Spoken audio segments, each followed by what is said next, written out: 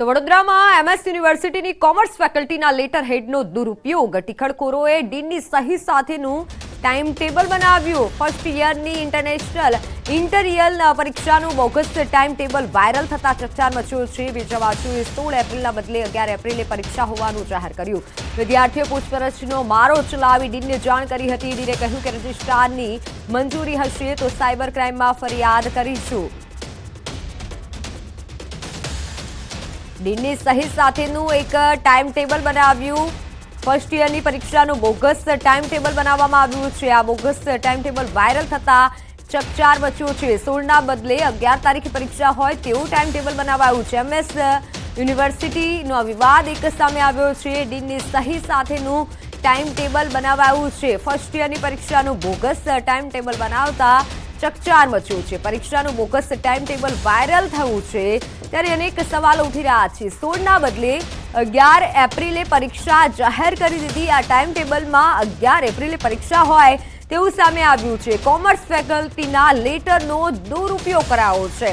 વડોદરાથી મામલો સામે આવ્યો છે જેમાં પરીક્ષાનું બોગસ ટાઈમ ટેબલ વાયરલ થતા અનેક સવાલો ઉઠી રહ્યા છે। 16ના બદલે 11 એપ્રિલે પરીક્ષા જાહેર કરી દેવાઈ। ઓનલાઈન પર સંવાદદાતા હાર્દિક દીક્ષિત જોડાઈ ચૂક્યા છે। હાર્દિક, ટાઈમ ટેબલને લઈને શું વિગત સામે આવી છે, શું ફરિયાદ થશે? બિલકુલ, જો ખાસ કરીને વાત કરીએ તો વિશ્વવિખ્યાત એમએસ યુનિવર્સિટી હવે કોઈને કોઈ કારણોસર ઘણા લાંબા સમયથી વિવાદોમાં આવતી રહી છે અને કોઈને કોઈ કારણોસર આજે યુનિવર્સિટીનું નામ છે તે ચર્ચાનો વિષય બનતો હોય છે। ત્યારે ફરી કેટલાક ટીકડખોરો છે તેમના દ્વારા યુનિવર્સિટી છે તેની ગેરમાર્ગે દોરવાનો પ્રયત્ન કરવામાં આવ્યો છે। અત્યારે જે ઘટના બની છે તેની વાત કરવામાં આવે અપાયેલી જે ઇન્ટરનલ પરીક્ષા છે તેનું બોગસ ટાઈમ ટેબલ છે કેટલાક તત્વો દ્વારા વાયરલ કરવામાં આવ્યું છે। ઉલ્લેખનીય બાબત છે કે આજે પરીક્ષાની તારીખ છે તે 16મી એપ્રિલ છે, તેના બદલે વિદ્યાર્થીઓને ગેરમાર્ગે દોરવા માટે 11મી એપ્રિલનું જે ટાઈમ ટેબલ છે તે વાયરલ કરવામાં આવ્યું છે, જેના કારણે જે વિદ્યાર્થીઓ છે તે મૂંઝવણમાં મુકાય છે। વિદ્યાર્થીઓએ પૂછપરછનો મારો ચલાવતા ડીનને સમગ્ર ઘટનાની જાણ થઈ છે। ત્યારે ડીન દ્વારા અત્યારે જે ઉચ્ચ કક્ષાના અધિકારીઓ એટલે કે રજિસ્ટ્રાર અને વીસી સહિતના જે લોકો છે તેમની સલાહ સૂચન લેવામાં આવી રહી છે અને જે ઉપરોક્ત અધિકારીઓ છે તેમને સૂચના મળશે ત્યારબાદ જે ડીન છે તેમના દ્વારા સમગ્ર મામલે સાયબર ક્રાઇમમાં ફરિયાદ દાખલ કરવામાં આવશે। અને બીજી વાત કરીએ તો ભૂતકાળમાં પણ આ પ્રમાણે જે લેટર છે તેઓ વાયરલ થઈ ચૂક્યા છે। યુનિવર્સિટીનું જે લેટર હેડ છે સ્ટેમ્પ છે સહી છે તેનો દુરુપયોગ થઈ ચૂક્યો છે, પરંતુ યુનિવર્સિટી સત્તાધીશો એ વખતે પણ ઘોર નિંદ્રામાં હતા। અત્યારે આ ઘટનાને લગભગ 12 કલાક ઉપરનો સમય થયો છે ત્યારે યુનિવર્સિટી સત્તાધીશોએ અત્યાર સુધી પણ પોલીસ ફરિયાદ નોંધાવી નથી। ત્યારે યુનિવર્સિટી સત્તાધીશો સામે પણ ક્યાંક ને ક્યાંક સવાલો ઉઠી રહ્યા છે। બિલકુલ હાર્દિક, આભાર માહિતી બદલ। તો હાલ સમાચારોમાં રોકાઈશું વિરામ માટે। નજર કરીએ ટોપ 3 હેડલાઇન્સ પર। વિવાદો બાદ રૂપાલાએ શરૂ કર્યો પ્રચાર। મહિલા સંમેલનમાં કહ્યું મહિલાઓ માટે અનેક યોજનાઓ શરૂ કરી જે માન ભેગા એના મન ભેગા। સુરતમાં ખુલ્લેઆમ ખેલાયો ખૂની ખેલ। દુકાન બહાર જ ઝીંકી દેવાયા ચાકુના ઘા। આખી ઘટના સીસીટીવીમાં કેદ। આજે નર્મદા ડેમનો 64મો જન્મદિવસ। ગુજરાતની જીવાદોરી બનનાર નર્મદા ડેમને 6 દાયકા થયા। દેશના પ્રથમ વડાપ્રધાને કર્યું હતું ડેમનું ખાતમુહૂર્ત।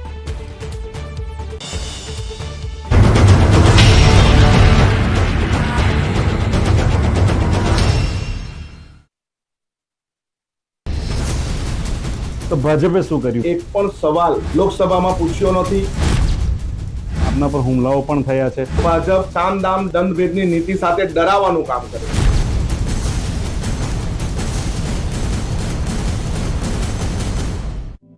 કોંગ્રેસને મોટો ઝટકો લાગ્યો। 15થી વધુ ગામોના 400થી વધુ કોંગ્રેસના બૂથ લેવલના કાર્યકર્તાઓ ભાજપમાં ભળી ગયા। ઋષિકેશ પટેલના નિવાસસ્થાને 400થી વધુ કોંગ્રેસના કાર્યકર્તાઓએ ભાજપમાં જોડાતા કોંગ્રેસમાં સોપો પડી ગયો। વિસનગરના વિવિધ ગ્રામોના કોંગ્રેસના સરપંચ, ડેલિગેટ, પૂર્વ તાલુકા પંચાયત અને જિલ્લા પંચાયતના સદસ્યો તેમજ કોંગ્રેસના વિવિધ આગેવાનો કાર્યકર્તાઓએ કેસરિયા કરી લીધા। ભાજપ નેતાની હાજરીમાં કોંગ્રેસના નેતાનો પ્રચાર જોવા મળ્યો। બનાસકાંઠા ધાનેરામાં એક સ્થળ પર 2 પક્ષોના ઉમેદવાર માટે પ્રચાર થયો। એક જ પ્રસંગમાં ભાજપ કોંગ્રેસ માટે પ્રચાર થયો હોય તેવા આ દ્રશ્યો એક સામાજિક પ્રસંગમાં જોવા મળ્યા। ધાનેરામાં રબારી સમાજનો એક સામાજિક પ્રસંગ હતો જેમાં ઠાકરશ્રી રબારીએ કોંગ્રેસ ઉમેદવાર ગેનીબેન ઠાકોરને વોટ આપવાની અપીલ કરી। ગેનીબેન ઠાકોરના વિશ્વાસુ ગણાય છે ઠાકરસિંહ રબારી ઠાકોર સમાજ કાયમી રબારી સમાજની પડખે રહ્યો છે તેવી પણ અપીલ કરી છે। ડીસાના પૂર્વ ધારાસભ્ય કોંગ્રેસમાંથી ભાજપમાં આવેલા ગોવા રબારી ઠાકરસિંહ રબારીની અપીલને સાંભળી પણ રહ્યા હતા। આ સામાજિક પ્રસંગમાં રબારી સમાજના ભાજપ અને કોંગ્રેસના આગેવાનો પણ ઉપસ્થિત રહ્યા હતા। તો આ પ્રસંગે કોંગ્રેસમાંથી ભાજપમાં આવેલા કુવાભાઈ રબારી પણ ભાજપ ઉમેદવાર માટે મત માંગ્યા. તેમણે કહ્યું કે મને નથી લાગતું કે 10 થી 15 વર્ષ સુધી કોંગ્રેસ આવે. ભાજપમાં આવ્યા બાદ આ મારો પહેલો અખતરો છે. સમાજે મને સાચવ્યો છે. તેમણે ભાજપ ઉમેદવારને મત આપવા સમાજમાં અપીલ કરી. આમ એક જ સ્થળ પર બે પક્ષોના ઉમેદવારો માટે મત મંગાયા. બનાસકાંઠામાં ભાજપના ઉમેદવાર પૂરજોશમાં પ્રચારના કામમાં જોડાયા. દૂધ દિવસ નિમિત્તે બનાસકાંઠાના રતનપુર ખાતે દૂધ શીત કેન્દ્રમાં ઉજવણી કરાઈ હતી. કાર્યક્રમમાં વિધાનસભાના અધ્યક્ષ શંકર ચૌધરી, સાંસદ પરબત પટેલ અને ઉમેદવાર રેખાબેન ચૌધરી પણ ઉપસ્થિત રહ્યા. કાર્યક્રમમાં ઉપસ્થિત લોકો સમક્ષ રેખાબેને પોતાને બનાસકાંઠાની દીકરી કહી અહીંના વિકાસ માટે તેમને મત આપવા અપીલ કરી હતી. લોકસભાની ચૂંટણીને લઈ ભાજપની તૈયારીઓ તેજ છે. કચ્છથી ભાજપના ઉમેદવાર વિનોદ ચાવડાએ ભુજ તાલુકાના વિવિધ ગામમાં જઈ પ્રચાર કાર્ય તેજ કર્યું. લાખોદ, પદ્ધર, મમુઆરા, ધાણેટી, શ્રવણ કાવડિયા, ડગારા, લોડાઈ સહિતના ગામોમાં પ્રચાર માટે પહોંચી વિનોદ ચાવડાએ જનસંવાદ સાધ્યો હતો. આ ચૂંટણીમાં પણ કચ્છની પ્રજા પ્રધાનમંત્રી મોદીની જ પડખે રહેશે અને ભવ્ય જીત થશે તેવો વિશ્વાસ પણ વ્યક્ત કર્યો. આ તરફ કોંગ્રેસે પણ ચૂંટણી પ્રચારના ગિયર બદલ્યા. સાબરકાંઠાના હિંમતનગરમાં કોંગ્રેસની સંગઠનાત્મક બેઠકનું આયોજન કરાયું. આ બેઠકમાં સાબરકાંઠા લોકસભા બેઠકના કોંગ્રેસના ઉમેદવાર ડોક્ટર તુષાર ચૌધરી પણ ઉપસ્થિત રહ્યા. અહીંની બેઠક પર ભાજપમાં ચાલી રહેલા વિવાદને લઈ તુષાર ચૌધરીએ પ્રતિક્રિયા આપતા કહ્યું કે આ વિવાદોનો લાભ કોંગ્રેસને મળશે અને કોંગ્રેસ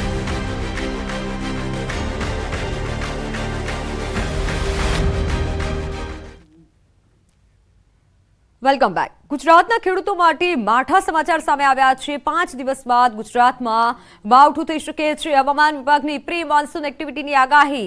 10-11 એપ્રિલે વેસ્ટર્ન ડિસ્ટર્બન્સ સક્રિય થશે.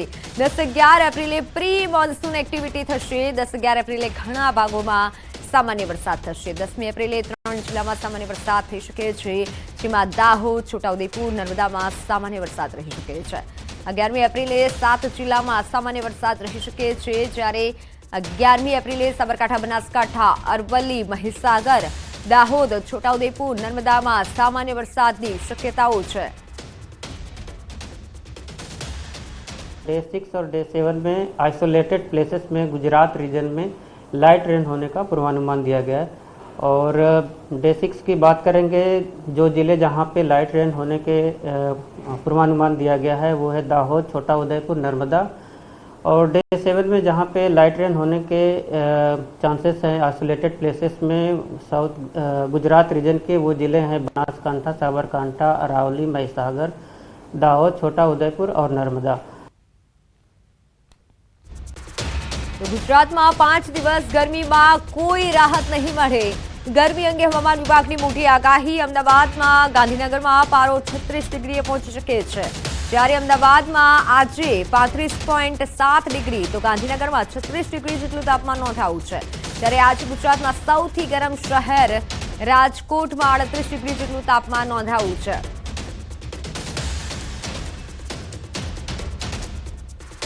और फोरकास्ट की बात करेंगे तो अहमदाबाद और गांधीनगर के लिए जो मैक्सिमम टेम्परेचर का दिया गया है वो 36 डिग्री सेल्सियस गांधीनगर और अहमदाबाद दोनों के लिए दिया गया है. और हाईएस्ट टेम्परेचर की बात करेंगे पूरे गुजरात रीजन में तो सबसे ज़्यादा राजकोट में 38.6 degree Celsius maximum temperature record हुआ है. તો 2 દિવસ કયા ભાગોમાં સામાન્ય વરસાદ થઈ શકે છે તેની વાત કરીએ. મેપ પર નજર કરીએ. 10મીએ ક્યાં વરસાદ રહી શકે છે, તો મેપના માધ્યમથી નજર કરીએ તો 10મીએ દાહોદ, છોટાઉદેપુર અને નર્મદા જિલ્લામાં વરસાદ રહી શકે છે. 10મી તારીખે ખાસ આ જિલ્લા માટે સાવધાની રાખવી પડશે. ખેડૂતોએ પણ સાવધાની રાખવી પડી શકે છે, કારણ કે 10મીએ વરસાદ થઈ શકે છે. 11મીએ ક્યાં વરસાદ થઈ શકે છે, તો 11મીએ સાબરકાંઠા, અરવલ્લી, મહીસાગર, દાહોદ, છોટાઉદેપુર અને નર્મદામાં વરસાદ થઈ શકે છે. 11મી તારીખ માટે આ મહત્વની આગાહી કરવામાં આવી છે હવામાન વિભાગ તરફથી. ક્યાંક છૂટો છવાયો વરસાદ આ જિલ્લાઓમાં રહી શકે છે. સાબરકાંઠા, અરવલ્લીની વાત કરીએ તો અરવલ્લી, મહીસાગર, દાહોદ, છોટાઉદેપુર અને નર્મદામાં 11મીએ ક્યાંક છૂટો છવાયો વરસાદ રહી શકે છે તેવી આગાહી હવામાન વિભાગ તરફથી કરવામાં આવી છે. એપ્રિલ માસમાં અંગ દચાડતી ગરમીએ લોકોને અત્યારે પરેશાન કર્યા છે. વધુ પડતી ગરમીના કારણે અમદાવાદ સુલા સિવિલ હોસ્પિટલમાં રોજના 15 થી 16 દર્દી હિસ્ટ્રોક તેઓને આવી રહ્યા છે. દર્દી નોંધાઈ રહ્યા છે. એપ્રિલની શરૂઆત થતાની સાથે હિસ્ટ્રોકના કેસ પણ સામે આવી રહ્યા છે. ચક્કર આવવા, બેભાન થવું, માથાનો દુખાવો થવો જેવી ફરિયાદો સાથે આવવા દર્દીઓની સંખ્યામાં વધારો થઈ રહ્યો છે. સુલા સિવિલમાં 2 વોર્ડ તૈયાર કરાયા છે. સૌથી વધુ 40 થી 45 વર્ષના લોકો અને બાળકોમાં હીટ સ્ટ્રોકની અસર વધુ થઈ શકે છે. એવામાં સોલા સિવિલના સિનિયર ડોક્ટર હર્ષ પટેલના મતે બાળકો અને વડીલોને ખાસ તકેદારી રાખવાની જરૂર છે. સોલા સિવિલ હોસ્પિટલમાં હમણાં જ્યારથી ગરમીનું પ્રમાણ થોડું વધ્યું છે તો લગભગ દિવસના 15 થી 16 પેશન્ટ હીટ સ્ટ્રોકના કારણે બીમાર થઈને આવે છે, જેમાંથી મોટાભાગના પેશન્ટો સમયસર આવી ગયા હોય છે એટલે બહુ તકલીફ નથી પડતી, પણ કોઈક પેશન્ટ થોડું આવવામાં મોડું કરી દે તો એને થોડું વધારે ટાઈમ હોસ્પિટલાઇઝેશનની જરૂર પડે અને વધારે બીમાર થવાની શક્યતા રહે. તો ભરૂચ અને નર્મદા જિલ્લાની 3 સુગર ફેક્ટરીઓએ શેરડીના ભાવ જાહેરાત કર્યા છે, જેમાં રાજ્યની 12 સુગર ફેક્ટરીઓમાંથી નર્મદાની ધારીખેડા સુગર મિલે ત્રીજો સૌથી વધારે ભાવ જાહેર કર્યો છે, જ્યારે કે કસ્ટોડિયનના વહીવટથી ચાલતી ભરૂચની વટારિયા સુગર મિલે રાજ્યમાં સૌથી ઓછો ભાવ આપ્યો છે, જેને લઈને વટારિયા સુગર મિલના સભાસદોમાં રોષ ફેલાયો છે. ઓછા ભાવથી નારાજ સભાસદોએ સુગર ફેક્ટરી ખાતે પહોંચી કસ્ટોડિયન કમિટીના ડિરેક્ટરને રજૂઆત કરી હતી અને 3000થી વધુ ભાવ પાડવામાં આવે તેવી માંગ કરી હતી. કે પંડવા અને ધારીખેડા સુગર સમકક્ષ અમને ભાવ મળવો જોઈએ, એનાથી 200-300 રૂપિયા ઓછો હોય તો પોસાય. આ તો સીધો આ વખતે 800 રૂપિયા ઓછો ને ગઈ વખતે 400, એમ કરીને 1200 રૂપિયા ઓછો. 14 વર્ષના પાટલા વહીવટ કરતા હોય 1400 રૂપિયા 14 વર્ષના વહીવટમાં ઓછા, પણ તમારે ત્રીજો ભાવ પડ્યો, ત્રીજા ભાવમાં તમે એનો રેકોર્ડ તોડી કાઢ્યો. એટલે ખેડૂત સભાસોને ગણેશ સુગરના સભાસોને તમે મારી નાખ્યા, તદ્દન નીચું લીધા. છેલ્લા કેટલાક સમયથી એટલે અંદાજિત મારા હિસાબ પ્રમાણે 3 વર્ષથી સદરુ સંસ્થાને પાટલા વહીવટ કરતાં ઘણો ઓછો ભાવ ચૂકવવામાં ઇરાદાપૂર્વક આવે છે. અત્યાર સુધી એકને એક કેસેટ વગાડી કે પાટલો ખાડો છે, તો ખેડૂતો પાટલો ખાડો ક્યાં સુધી સહન કરશે? તમારા વહીવટની અંદર 66,000 દાગીના ઓછા પડ્યા ને 20 થી 25 કરોડ રૂપિયાનું નુકસાન થયું. એના માટે કોણ જવાબદાર છે? એનો ખુલાસો આ વ્યવસ્થાપક કમિટીએ કરવો જોઈએ. તો ભર ઉનાળે બોટાદમાં ડેમ છલકાયો છે. બોટાદનો રવાઘાટ ડેમ છલકાયો છે.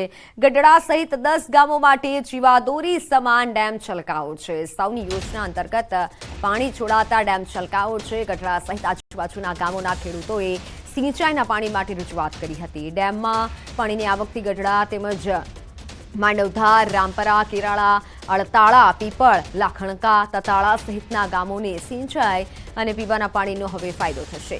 પાણીની આવકથી શહેરીજનો અને ખેડૂતોમાં આનંદ છવાયો છે.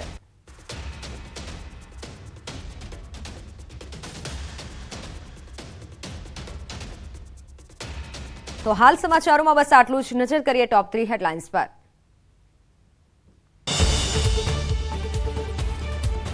વિવાદો બાદ રૂપાલાએ શરૂ કર્યો પ્રચાર. મહિલા સંમેલનમાં કહ્યું કે મહિલાઓ માટે અનેક યોજનાઓ શરૂ કરી છે. અન્ન ભેગા એના મન ભેગા.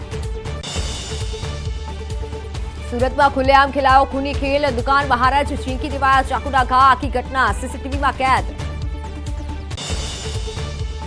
આજે નર્મદા ડેમનો 64મો જન્મદિવસ. ગુજરાતી જીવાદોરી બનનાર નર્મદા ડેમને 6 દાયકા થયા. દેશના પ્રથમ વડાપ્રધાને કર્યું હતું ડેમનું ખાતમુહૂર્ત.